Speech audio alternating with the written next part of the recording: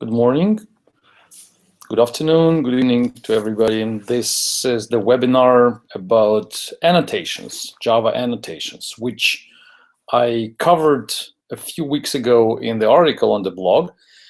And that article caused a lot of discussions. That's why I decided to make a webinar to explain and probably to dig a little bit deeper into this subject and to demonstrate what I think about these annotations and why I believe Java annotations are actually not as good thing as we are used to think about them.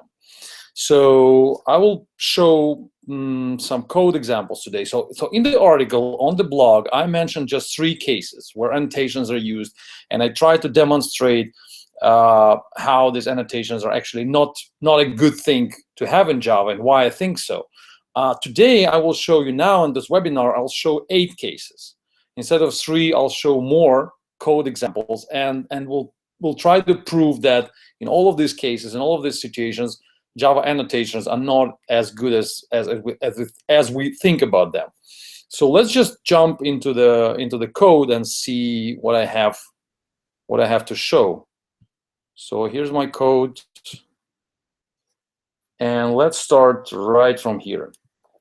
So the first example, so there's going to be eight different occasions I used. There could be more actually, so I'm not sure that this is everything. I'm not sure I'm covering everything, but I believe that 8 cases will demonstrate to demonstrate the negative part of annotations. So the first example is we're using annotations to, let's say, to serialize a Java object into XML or JSON, for example. In this case, is XML. We have and we want to serialize this class into an object of this class into XML. In order to do that, we put this annotation on top. We annotate the class, and then we annotate the method. And then we have some machine, some engine outside of the class, which actually outside of the object, which actually can take the object and fetch the data out of the object, just get the data from the object, and then produce the XML. And this is what I think is wrong. Actually, in all these 8 examples, which I'm going to show now, in all these cases, the problem is that we are, by using annotations, we are breaking the object into at least 2 parts. So instead of keeping everything which belongs to the object, instead of encapsulating behavior and data inside an object, we instead separate our object on 2 parts and sometimes more, and then these 2 parts communicate to each other, which is completely wrong as far as I understand in object-oriented programming. So like in this case, so we have this so-called, well, this class, and then in order to actually produce the XML, we need to do something like that. We're doing something like, this is not real code, but just to give an example. And then we do the engine something, and then we call Marshall, for example. And we provide this book. And then we get the XML. So we have some engine, which is the XML marshalling, whatever, some software, which can take our data from the object and then create the XML. This is what's wrong, because the object doesn't know about that mechanism. The object doesn't know how this XML is produced. So instead of having, we would rather have, this is the wrong approach. The right one, I believe, is to have the class book, which knows how to produce an XML. So this is the better design. Why it's better? Because we keep the functionality of creating the XML and creating whatever it is, the JSON, the XML, whatever, inside the object. So the object knows everything about itself and does not allow anyone from outside to touch its data and to touch its functionality. So the object is not just the storage of data, but actually a solid entity which knows how to do what is necessary to do with the data or functionality encapsulated inside. So the annotations are actually, like in all other examples, the annotations are splitting the object aside and moving and actually informing other somebody else, other engines or other pieces of software, other modules, other classes from outside of our object, tells them what to do with our object. Actually, not just what to do, but what kind of behavior to attach to our object. And that's wrong. We need to encapsulate everything inside. So this is the first example. So instead of having that, we need to do this. We need to do book, new book, and then XML equals to book.x2xml. Again, this is not real code. So in real situation and real production code, it's definitely not going to look like that. It's going to be a bit more complex, but that's the idea. And then you may ask, like, what to do if we don't want to duplicate the functionality. We don't want to do this transferring to XML in all the objects. And this is the functionality which will definitely be duplicated in many places. So we do not want to, in this method, to do something like that. That would be wrong, right? So if we do it like that, book, and then some data, and then close the book. So actually the functionality of building the XML document should be somehow reused and should be reusable through some engine, through some external piece of software. And that's not a problem. We just encapsulated this software. So we do it like this somehow, I don't know, XML engine. And then we can use this engine from inside. And then we can do Marshall, whatever, and then we provide some data. It's okay as long as everything is happening inside the object. As long as everything is encapsulated and we do not allow anyone outside of our object to touch our data and then just do something with that data without our control. So the object must control everything which belongs to its behavior. This is the first example. We're using annotations to serialize an object, and I believe this is wrong. Example number 1. Example number 2, there's going to be 8 of them in total. Example number 2, this is persistency, JPA, which is quite popular, JPA/Hibernate and others. This is quite popular concept in Java, which is called object relational mapping, and it works like that. We annotate the class by this entity or table, and then we mark certain methods or properties with this column, and then we let someone, again, some engine, we let it, I don't know, we fetch. It's not exactly how it's happening, but the idea is that we are saying that post equals to something like that. So we fetch it, we ask the engine, how about you go to the database and find the I don't know, find me something which would be from, I don't know, posts where ID equals to 1, 2, 3.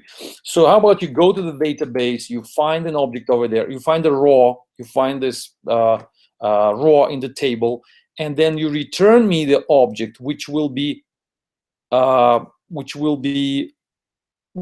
carry this data for me, and will have that data available through the getters, for example. So in this case, again, the functionality of going to the database, of finding the data over there, and for fetching this data from the SQL, and then storing this data inside the object, all this functionality is hidden from the object. The object of this object doesn't know how it's happening.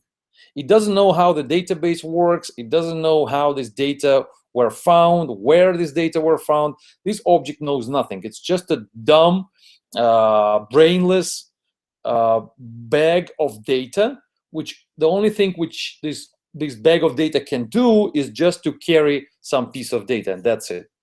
This is not a good approach, and that's possible. That became possible because of the annotations. So these annotations, they make it very convenient for that engines, the Hibernate, for example, which is not an engine but a session in case of Hibernate. That makes it possible for the Hibernate session to have enough information about our objects, about our classes, and this information allows the session to inject the data into our object. And that's what's wrong. Instead of doing that, we should be able to do something like that. let's say we call it posts, and then we should be able to do, well, in case of finding an object, we would have some sort of, let's say, so we want to fetch an object. So in this case, we would say that we have, let's say in case of, let me give you an example, the good example for the fetching. So we shouldn't, this functionality should not be in the session. This functionality should be in some post, for example, method, which will find me, I don't know, ID equals to 1, 2, 3, and you may say, what's the difference between session and posts? The difference is that, let me show you an example here. One second.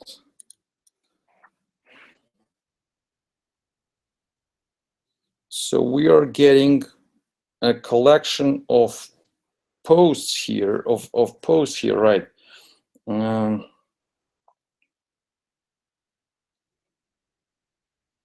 So probably in case of selection, this is not really so visible. So in case of saving an object there, that would be more obvious. So let's say we want to save an object. So we do it like this,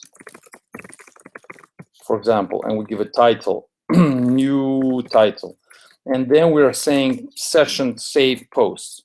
So I'm not using fetching here, I'm using the opposite example, where we have the post and then we ask the session, the Hibernate session, to save our post to the database. And then here in this operation, which is called save, we're actually allowing the session to go through our object and retrieve all the data which are required for the actual SQL operation. So it's going to be the value of this title, it's going to be the name of the table, it's going to be all the information which is necessary for building the SQL request. And then the request will happen in this method.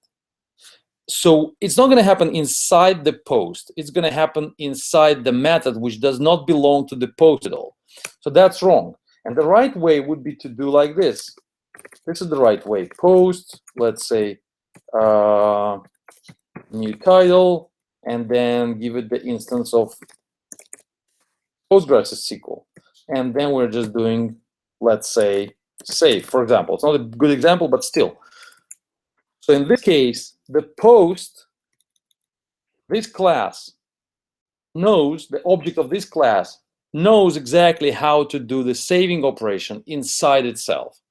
So we don't need any annotations. We don't allow anyone to manipulate with us without our knowledge about that. So we don't want to give them some meta information about us. We don't want to give them some knowledge about our behavior, which is going to be outside of our control. So we want to control everything. The object wants to control everything. The object of class post has to be able to control everything which belongs to his behavior and his responsibilities. So he shouldn't be, nobody should be able to touch the object without his knowledge. That's very important. And the annotations, because of these annotations, we actually encourage this Hibernate, these guys, we encourage them by giving them annotations, by giving them this possibility in Java. We let them extract the data from us. We let them get the data from the object and then throw the object away.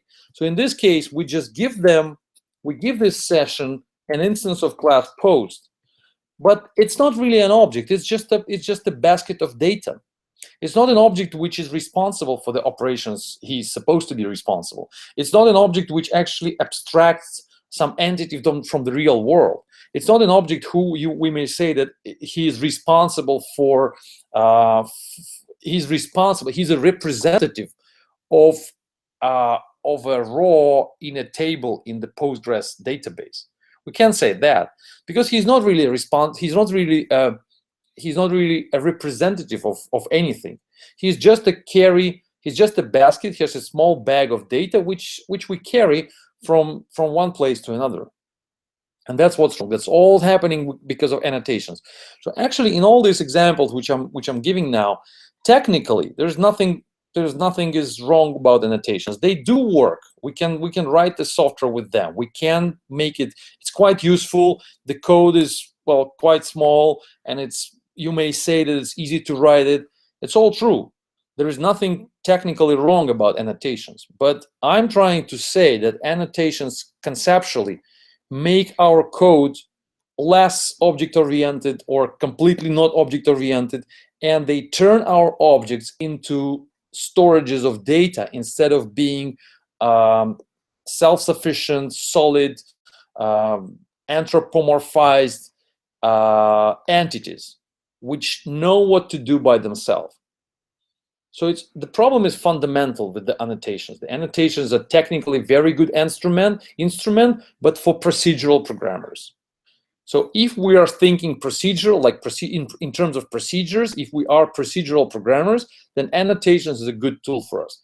If we want to be object-oriented, if we want to be more, if we want to be thinking about in terms of objects, not procedures, then we should not use annotations, because they encourage us to treat our objects as entities or elements of our software which are not powerful enough to be responsible for their own actions, and to be powerful enough to do their own actions. It's like these objects are basically begging for help. This class is basically saying, I can't do anything without this hibernate session. I'm not a complete post in the database. I'm not a post. I'm something which needs help. So these annotations are actually asking for help. It's like saying that I'm incomplete. I can't work by myself. I need somebody outside of me to do something with me. And only in that case, I will be able to do the work. So I can't do anything. If you just make an instance of this class post and then say save, nothing will happen in this example. So if you say post.save, you can't even implement this method save, because there's nothing inside. The object is so dumb and so empty that there's nothing to save inside. There's no database. The object doesn't know anything about the database. It doesn't encapsulate any connection to the database. It's just a basic, simple storage of data elements. So you can't do anything. So this line is completely useless, which means that this is not a real object. It's a bag of data. That's the second example. Let's go to the example number 3. Example number 3 is dependency injection. So you can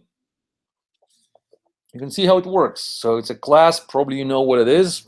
In Java, it's called CDI, and there are many other software which are not actually CDI compliant, but they do almost the same.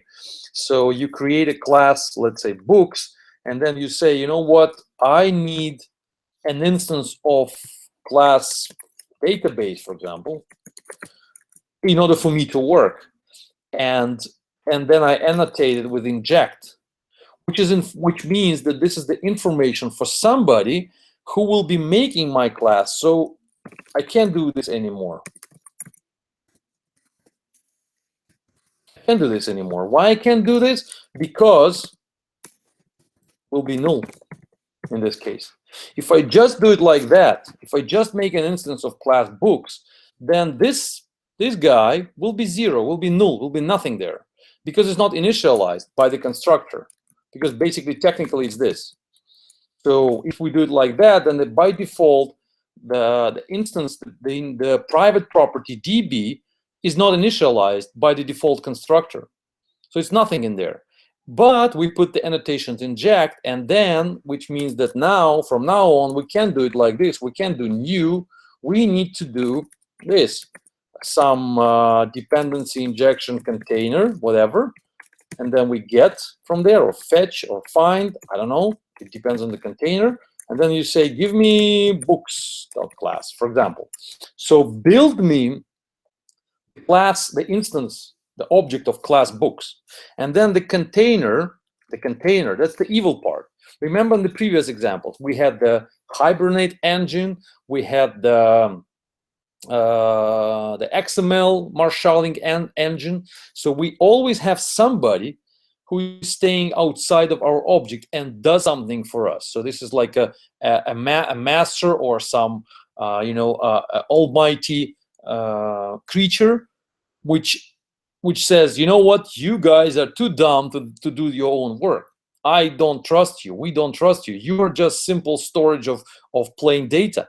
And when the actual functionality is required, then the client should talk to me. Like in this example. So we're saying, you know what, you're too stupid for that. You're empty, this books class. If somebody will make you, you will be just not able to do anything because there will be null inside you. So you will be incomplete. So, but when the customer, when the client really needs a proper instance of class books, then he or she or the client has to come to the container, and now I'm the powerful guy. I know what to do. I'm the container. I'm the master. And then I will actually create an instance of class books, and because of this annotation, I will inject the proper value into this property. So the container is playing the role of someone who knows what to do with our classes, in this case. And the container injects basically dependencies into our objects. And that's wrong. That shouldn't happen like that. It shouldn't happen like this. This is wrong, but this is right. So we should provide dependencies in the constructor. We should say that this is Postgres, and then this DB is not null. So the object should be powerful enough and smart enough to accept whatever is required through the constructor and fulfill itself with the data when necessary. And let's say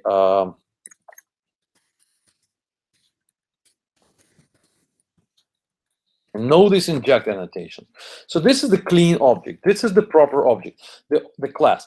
This class knows exactly what to do and how to build itself using the constructor, using the normal object-oriented OOP mechanism, which is a constructor, which is operator new.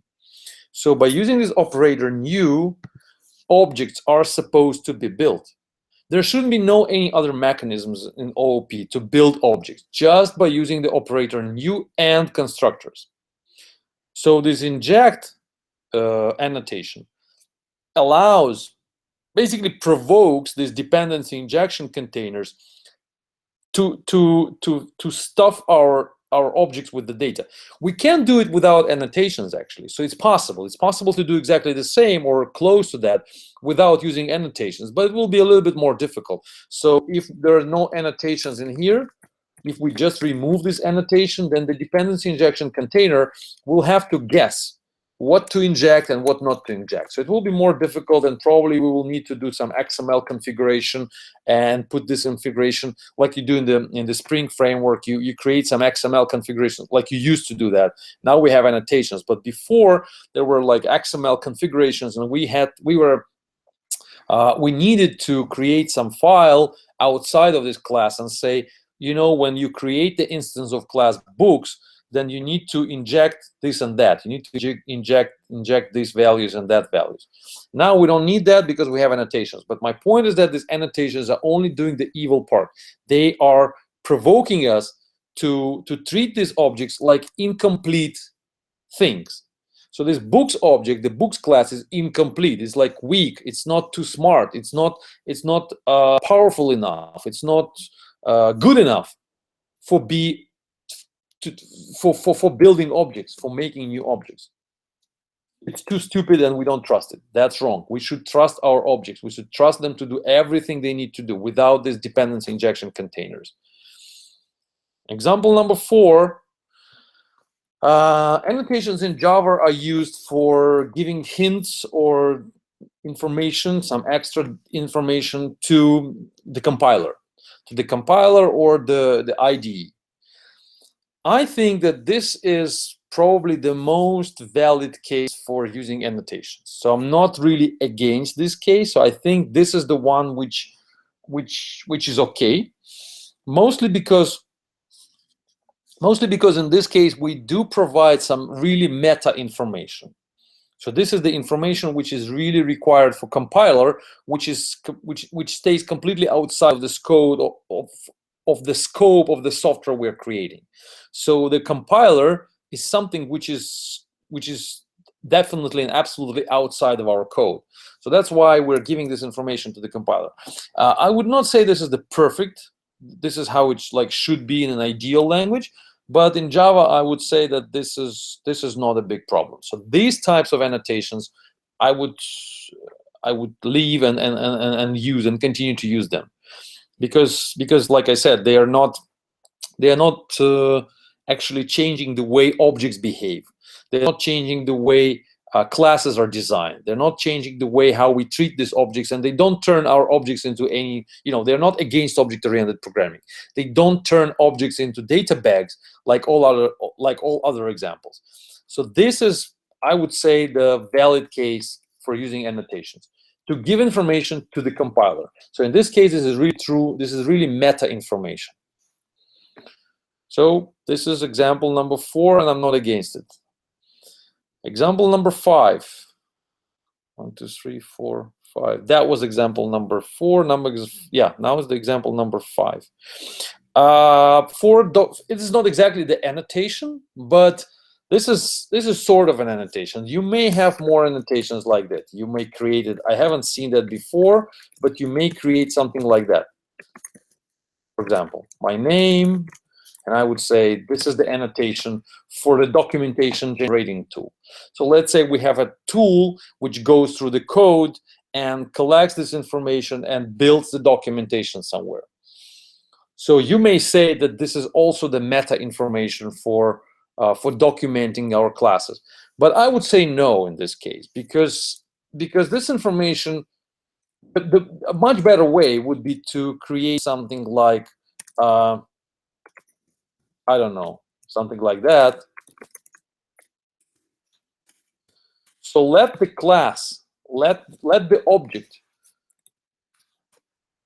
to build the information about itself and return when it's required.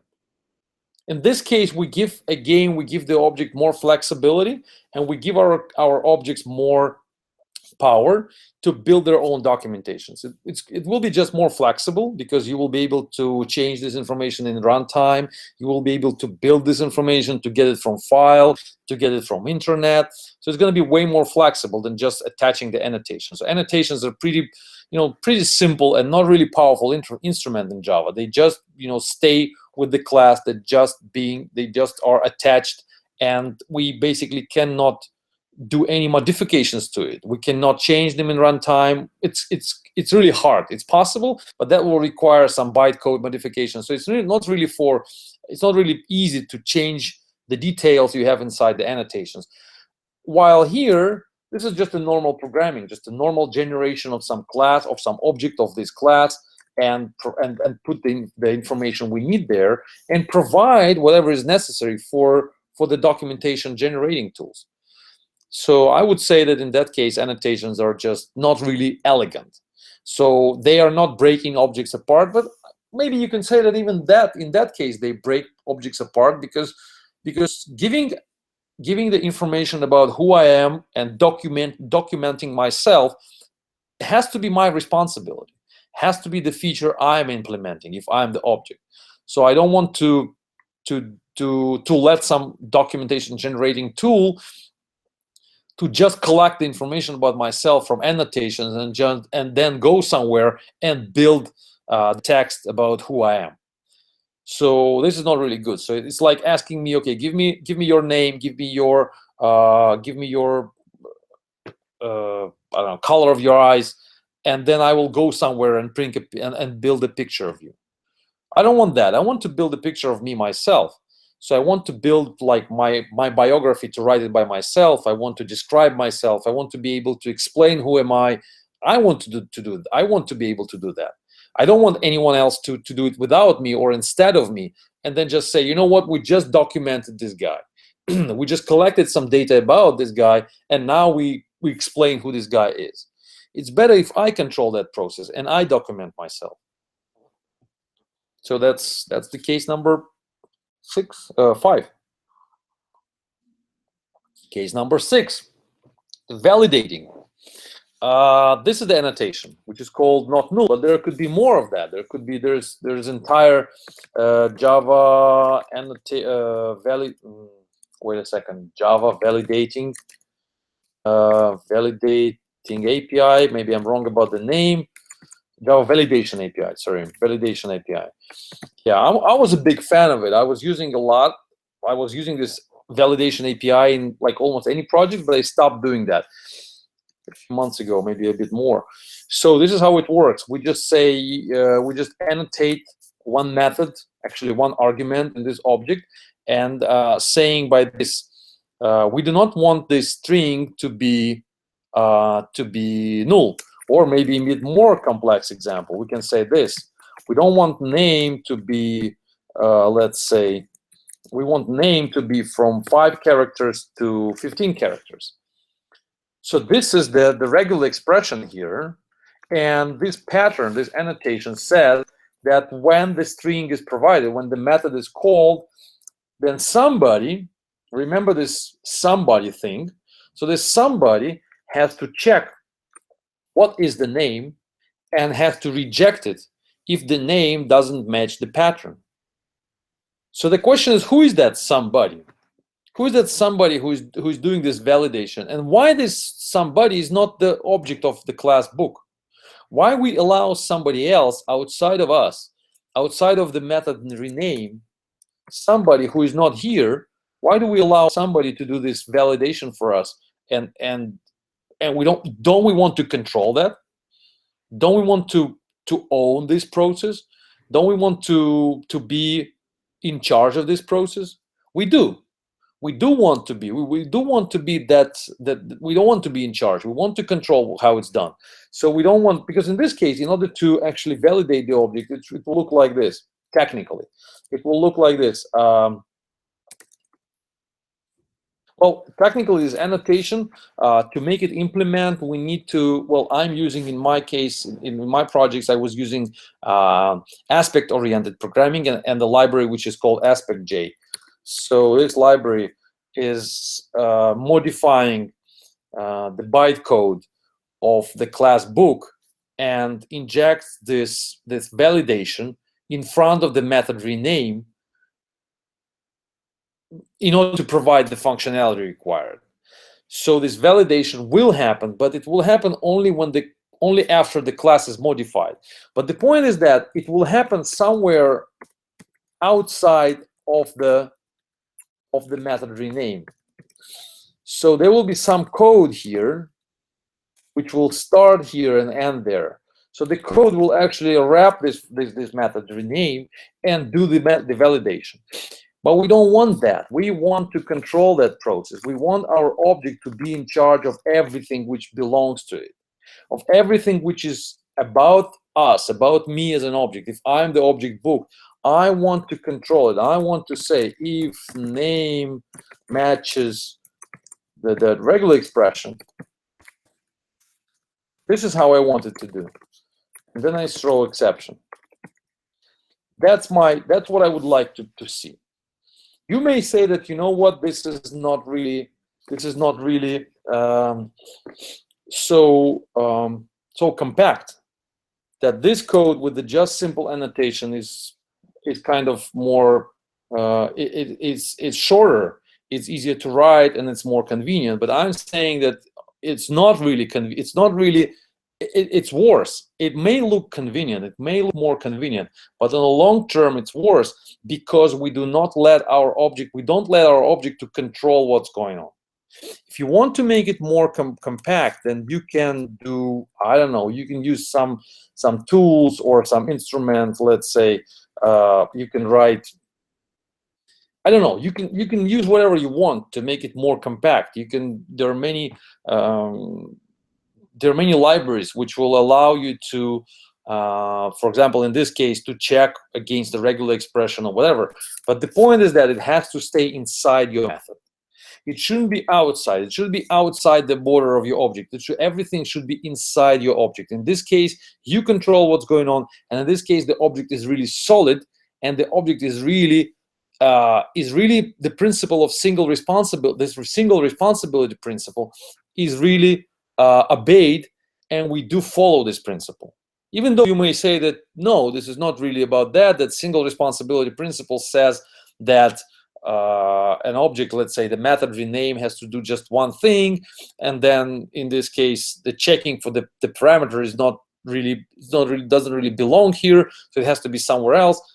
This may be also a good point, but if you want to move this check somewhere else, you can create, let's say, a decorator. You can create a decorator and call it strict book, and then in strict book you will do the checking, and then you will do so that's going to be the decorator, and this strict book will encapsulate the actual book. So the strict book will check it, and the actual book will do just renaming. I would call it, I'm calling it a validating decorator. So in this case, if you want your book to be strict, let's say the first example, you don't want it to be strict, then you say new book rename, and then you're giving an invalid name. This is not a valid name. This is too short, right? But it will work. This code will work because the book class is not, it doesn't care about validation. It doesn't care about the validity of the data. The book class just renames. It's just raw, pure functionality. It just does one thing. And then you want to rename it, and you want it to be more strict, and you do like this. So you decorate your book with the strict book decorator. And then now this call will throw an exception because we will reach this code. Because the strict book will catch this call to rename 1, 2, 3, and the exception will be thrown. So I'm a programmer having the more flexibility now, because if I want to, because this classes, this decorator actually makes it slower, right? Because every time you call this rename, it's going to be the check for the regular expression, so it's going to be slower. If I say need just the pure functionality and I don't want any checks, then I just do it like that. If I want it to be more strict and I want the class to be more defensive, and in this case, I decorate it with the more strict, with some validating decorator. And I can have more of decorators like this. Let's say this is strict book, and let's say this is going to be, I don't know, no duplicates book, for example. And then there's no duplicates. When we call rename, we'll go, for example, to the database and check whether the name actually exists there. So if I say it's the name of my book, elegant objects here, then the no duplicates book will go to the database, check whether this name is there. If there is no such name, then it will let the call go through to the encapsulated book. But if the name exists, then it's going to be an exception, for example. So you see, we're just decorating our book with multiple validating decorators. But we don't use annotations because we keep everything in our hands. We control how it's happening. We see the code in front of us. There are no aspect J software somewhere else. There's no bytecode modifications. This is just pure Java code. We see what's happening. We see our classes. We see our objects. So we control. We do this. We construct them together. We compose them together, and we build them. Not somebody else is building our object, but we build our objects. We control how the object is constructed. And this is actually the most important part in OOP, is actually the process of constructing an object. I've showed that many times already, but this is how a proper object-oriented software must look. It's just making one object here, and then decorating it, and then decorating it, and then decorating it. So decorating and decorating is the process of making making more and more complex functionality. We make our objects more and more powerful by decorating them in the bigger decorators. So that's the idea of object-oriented programming, I believe. The composition of objects. You compose, compose, compose, and in the end, it has to be an application which will include hundreds of objects inside. And it may be a very long ladder of this whatever operators new. New. That's outside of scope of this webinar.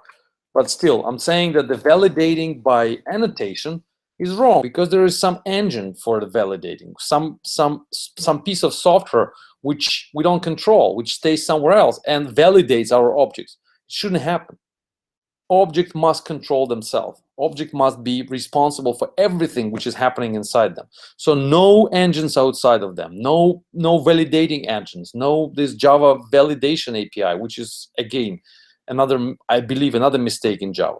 This validation API is the wrong direction. It's going the wrong direction. We just need to stay in the plain Java. We don't need all these annotations. We just need to stay with this simple plain Java code and make small classes, small decorators, and just properly compose them. That's all. We don't need to simplify. We don't need to, because basically annotations, they solve the problem of a complex code. So we have a too complex code which we don't understand, and then we say, hey, how about we move the piece of functionality somewhere else by annotating something and then placing some engine somewhere else. And then this engine will actually do the functionality which we extracted from our objects, but we were not able to extract it the right way. That's why we invented this engine and let this engine implement the functionality which actually belongs to our projects. So that by using annotations, it's a good tool for bad programmers. So if we cannot design our objects so that they are actually small, easy to understand, very maintainable, and solid, then we introduce these annotations, engines, and these containers, and the marshallers, and everything in order to basically solve the problem of complexity. So it's all about complexity. We have too complex code, and annotations actually help us to make this code less complex. That's true, but we have better instruments. We have just pure object-oriented programming for that, to reduce complexity. Okay, example, almost the last one. Not the last one, but the number 7. RESTful API, SOAP, or whatever. Let's take a look. This is basically RESTful. So this is called JAX-RS. So that's the class. You probably know what it is. We're saying that when the request comes in, the HTTP request comes in, we're saying hello world. So what's going on here? This is a pure procedural piece of software, like pure procedural. If you want to ask me what's the pure procedural code, this is a pure procedural, completely against all the ideas of object-oriented programming. So this JAX-RS is one of the worst ideas in Java world, one of the worst specifications in Java. It's completely against OOP, completely against the object thinking idea, because this is a procedure. This is a procedure which is going to be executed when the request comes in, and then some engine which stays outside of this books class, it will dispatch the request. It will dispatch the request. It will use these annotations just to find the procedure. So these annotations are basically just banners on the road saying that, hey guys, in order to find the right procedure, you need to go that way. It's nothing else. This is just directions for the JAX-RS engine, which is, for example, Jersey is one of the softwares, one of the products which actually implement the JAX-RS. So this Jersey guys, they use this annotation in order to find where is that procedure which will generate me the result. What else can I say? Probably nothing. This is just procedural programming. So instead of doing that, you may take a look at the takes framework, which is supposed to do exactly the same as JAX-RS, but it's doing it. This is the framework which we created in our company. That's the URL. You can take a look at it. It does exactly the same, but in the right way, without annotations. In the code there will look like something like that. For example, this is not a real code, but you'll get the idea.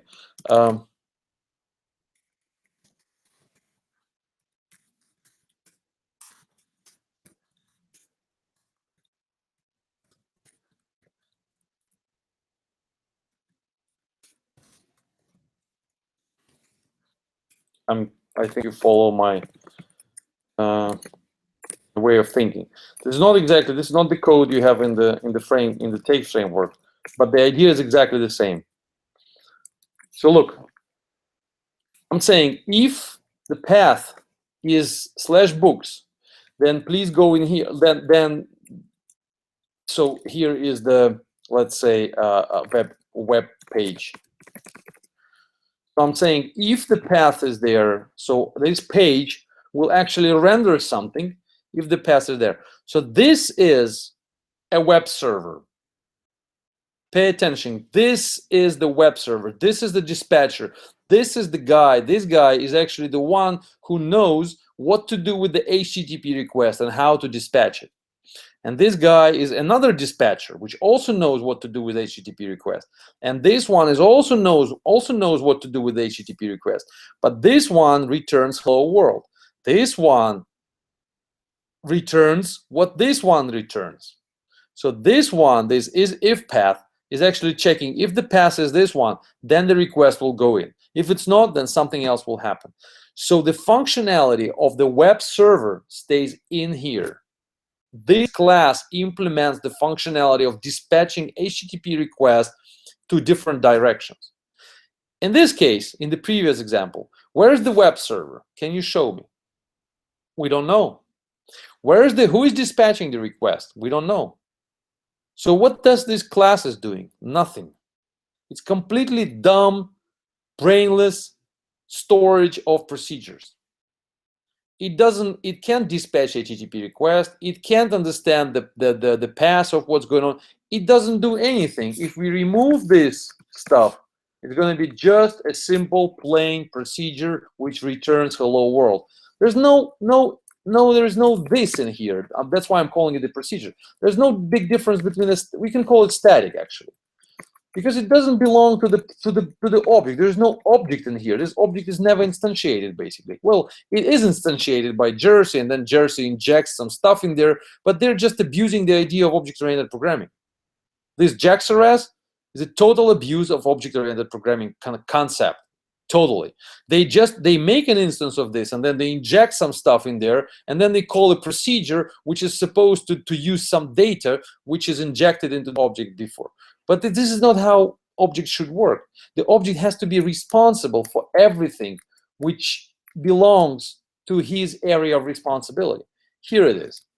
Here, this object if path is responsible for dispatching HTTP requests to the right direction.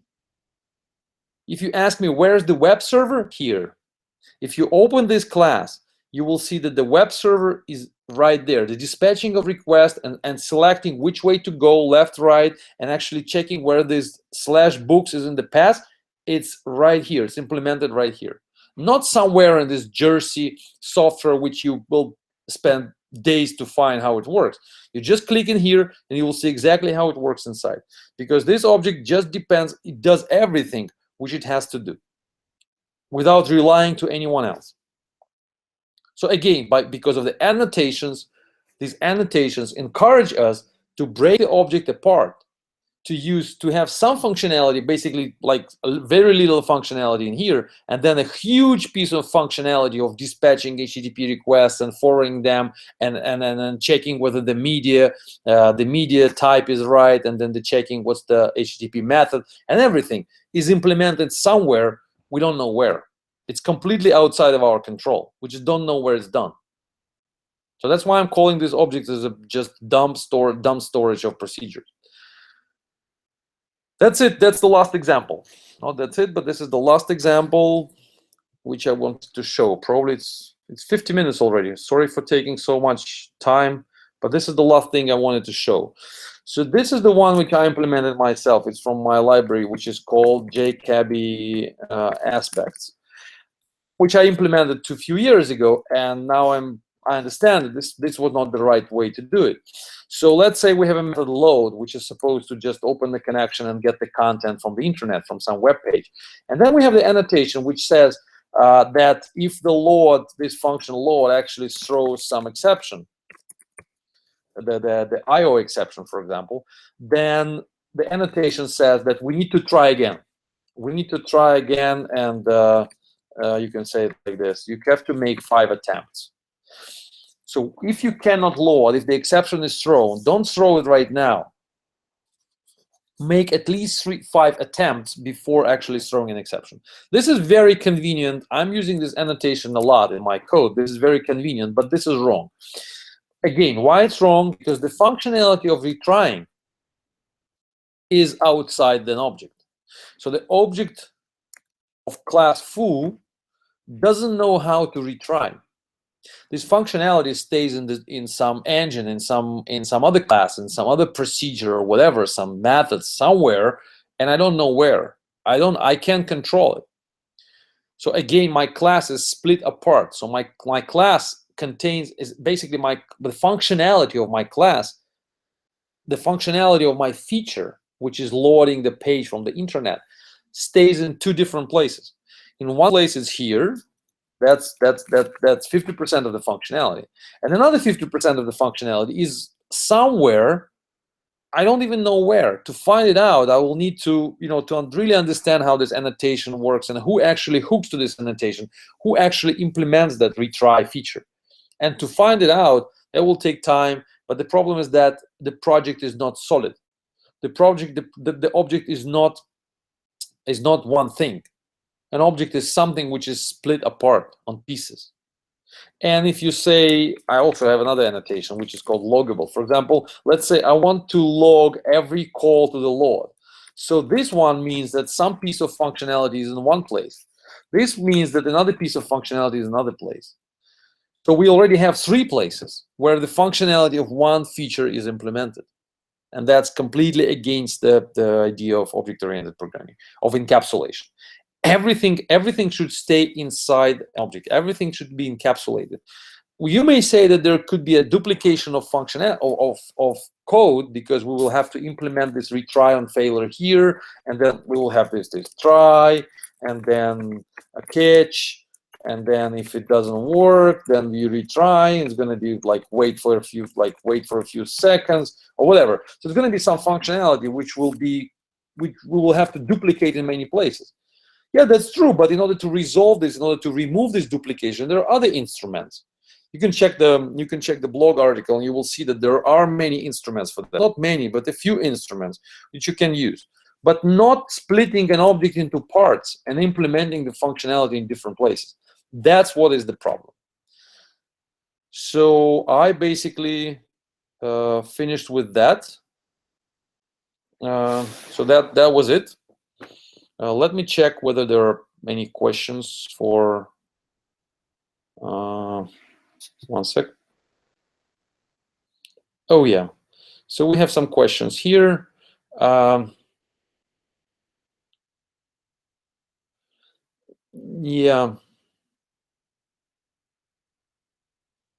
Yeah, probably there are not so many questions as basically the statement, which I'm going to answer right now. We have a few minutes. So it says, how does not being a true OOP developer makes you a bad programmer?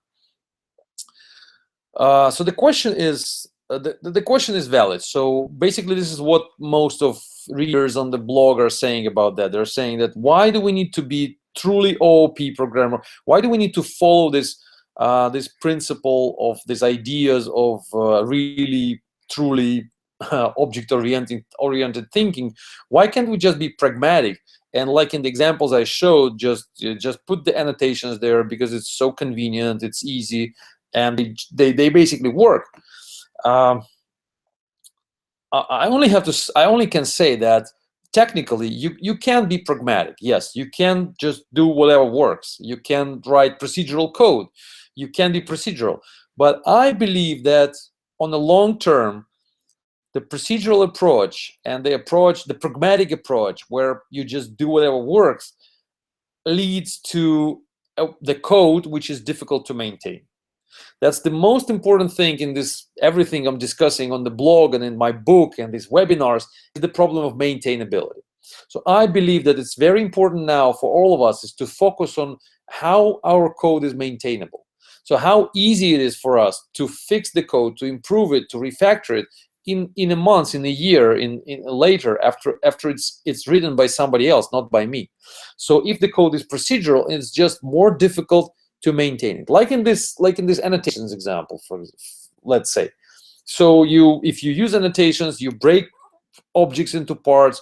You're not thinking as objects. You're not making your code purely object-oriented, and then it's more procedural, and that's why it's less maintainable. Because procedural thinking is the problem which object-oriented programming was supposed to solve many years ago, and that's why object-oriented languages were introduced in order to solve the problem of unmaintainable procedural code. So if we don't use the OOP, if we don't use objects, even in the, because I'm not saying in everything I discussed before, I'm not saying that we need to be 100% pure OOP. This is just basic idea of what an object is. And by using annotations in, for example, in JPA, we completely remove the idea of an object in Java. So this is not really some fine-tuning I'm talking about. I'm talking about fundamental, serious problems in thinking. So this is, look at this JAX-RS, for example. This is a terrible mistake. I'm talking about big mistakes. Let's try to avoid them first, and then we'll be able to talk about how do we need to fine-tune our software, or we can stay a little bit less object-oriented here and there. This is not a little bit. This is not a comparison of object-oriented programming and true object-oriented programming. This JAX-RS is procedural programming. So I'm not saying that I'm for true OOP, and you guys are writing, the guys who are writing JAX-RS, you guys are OOP. You guys are procedural, and I'm OOP. So what I'm saying is that let's be object-oriented. We don't need to say that we don't need to say that we need to be true object-oriented. It's not about true or not true. It's about procedural versus object-oriented. So these annotations are actually making our code procedural, like in the example of JAX-RS, or for example, Hibernate. We're just getting back 30 years ago and writing assembly code and writing basic code and writing COBOL code in Java syntax. And I'm saying let's stop doing that. Let's do object-oriented programming. So I'm not actually in favor of true OOP. This is just basic OOP, just basic object-oriented programming. So that's basically it. We have probably some more questions, but you are welcome to ask them on the blog. So this webinar is not so many questions, but I gave you a lot of code examples, and I believe I think I tried to convince you. Now it's a matter of trying actually to implement that and trying to code. So my suggestion, my recommendation is actually to try to stay away from annotations and use plain old Java code and decorators. So the decorators is the way to go in object-oriented programming, and no annotations. Thank you very much. That's it. See you next month. It's going to be the first Wednesday of the month, 11 a.m. Pacific time. Bye-bye.